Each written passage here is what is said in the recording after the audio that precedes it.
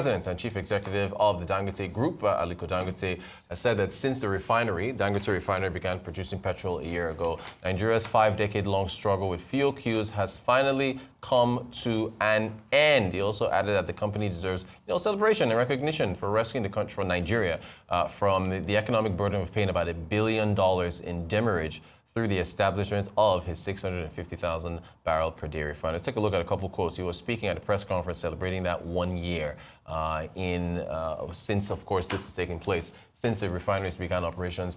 I said we've been battling fuel queues since 1975, but today Nigerians are witnessing a new era. The journey has been challenging because we sought to transform the downstream sector.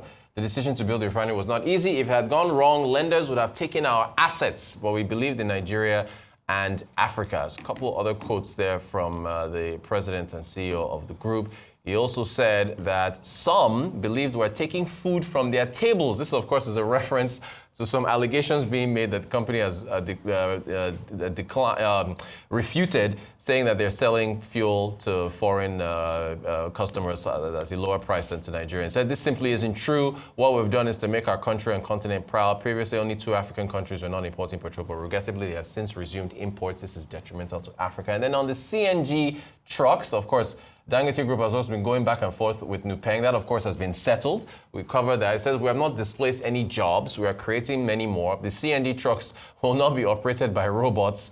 Our employees earn salaries 3 times the minimum wage. Our drivers receive a living wage, life insurance, health insurance, covering themselves, their spouses, and up to 4 children, as well as a lifelong pension. Let's talk imports now. Federal government of Nigeria has suspended the 4% free on board charge recently imposed on imported goods by the Nigeria Customs Service. It takes place immediately. The charges, they were initially supposed to streamline the customs charges for imported items. This, of course, it was a letter signed by the Permanent Secretary, Special Duties, R.O. Omachi, Federal Ministry of Finance. All right, but who better than Narai's business analyst, Chika Mbonu, to discuss the refinery, discuss imports, customs, and the like. You're welcome, sir. Thanks for joining us.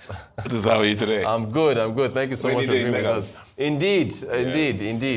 I will start with the Dangote Refinery. The Dangote Refinery, fantastic. All right. I will, sorry, I'll be a little comical. There was this song by Osofia, one of the popular Nigerian actors. Yeah. He said, I don't suffer, no be small. Upon say I get sense. Okay, very accurate. This thing about the oil importation is one area Nigeria has suffered, even upon say we get sense. Yeah. Refineries, Port Harcourt Refinery, Kaduna Refinery, Warri Refinery, massive investments, not working. Nigeria was massively importing fuel. And inside this importation have been so many scams, subsidies paid for imports didn't land in Nigeria. We were consuming 30 million liters a day. The people are claiming that it was 60 million liters. And then look at the number of queues, fuel scarcity since 1975. And we have suffered for this. Yeah. For a nation that produces the crude oil, and we had the refineries put on ground, none was working. The Dangote Refinery was a breath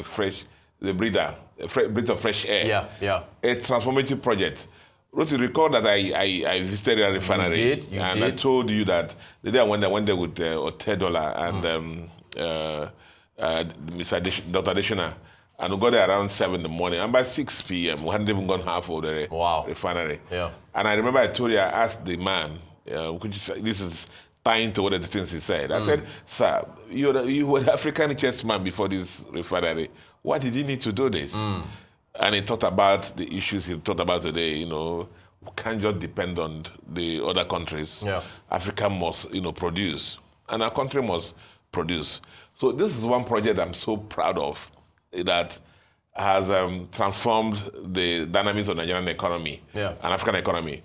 You recall, because of Dangote Refinery now, so many Western refineries are falling up. Yeah. Or the margins have been put under a lot of pressure because of the Dangote Refinery. And I'm saying it now that this is one project that everybody because a lot of those in authority, I'm not going to mention any names in this way, whether it's civil servants or those who have been called to negotiating for us, have been always supported people who come and use Nigeria as dumping ground, for any kind of commodity.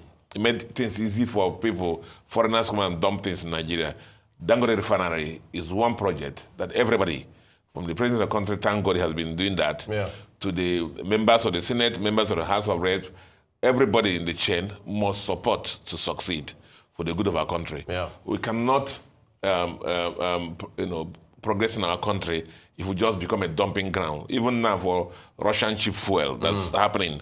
And then there's no day, Rutus, that you bring this Dangote Refinery and and put it aside some of these people who import fuel and talk about monopoly. Because of that monopoly, we should allow people to continue to import fuel when we're producing locally here. Remember, also between June and September, these guys have exported about 1.1 billion liters of fuel, which means internationally is accepted. And then you are there saying, no, Dangote cannot meet Nigerian needs and whatever. So this is a project that we must support. So many Nigerians, as he said, have millions of dollars. If you go to the Nice Bridge, Barclays Bank, some people, a lot of Nigerians die, they don't know how much money they have there. But they cannot take the risk that the alleged Dangote has taken to build this refinery. And as I told you, it was other countries, when they do this kind of project, it's plug and play. You just go there and put the plan. But this guy started from sand filling, you know how much invested in sand, even from buying the line, $100 million. Then sand filling, reclamation, and so on and so forth. So power source. So many things.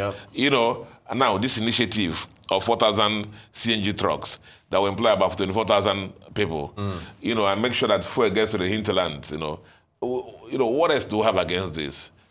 Trash this issue of monopoly, and so on and on. And I think that anything that propaganda is out there to support the continued importation of fuel under any guise should be killed. We have a refinery that's our own now, that Africa is proud of. Other African countries are, queuing up, please supply us fuel. And over here in Nigeria, we're still arguing about let them be importing fuel. And then Nigeria cannot be a dumping ground for the continued importation of fuel. We have our own refinery here, and everybody must support the refinery. Congratulations on the 1-year celebration. You know what's going to happen, Rutus. The fertilizer plant is going to be one of the largest exports, really earning dollar for the country. The polypropylene plant also is going to replace so much foreign trade Nigeria is wasting on importing all these products.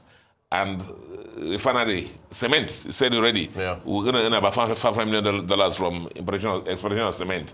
So let us all support our own and make sure that the industry, the Dangote refinery thrives.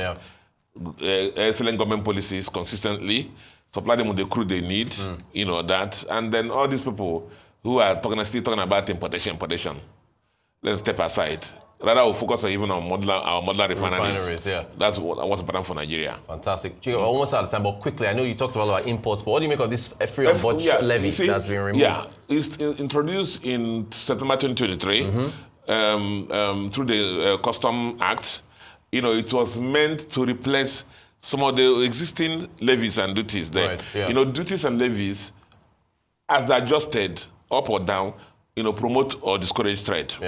And then the certain about that is when the duties and levies are higher, they slide it immediately to consumer prices and actually help to drive up inflation. And so when this 4% levy came in, all the importers, motor importers, all the raw material complained to the government that is going to increase cost of imports. In addition, that the levies they were supposed to have replaced with them have not actually been replaced. So they became an additional layer of cost onto the importers, and that's what's happened. And so government listened and said, okay, let's suspend this and make sure the implementation is done properly.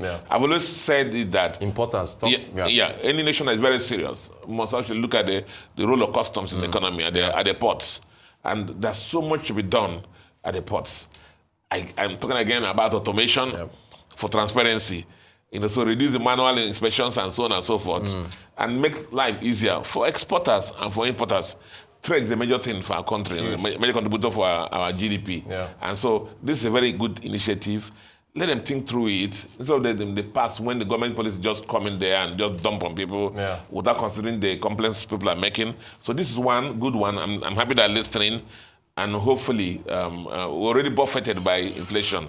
So this will help us to make sure that the right decisions are taken for the benefit of the country.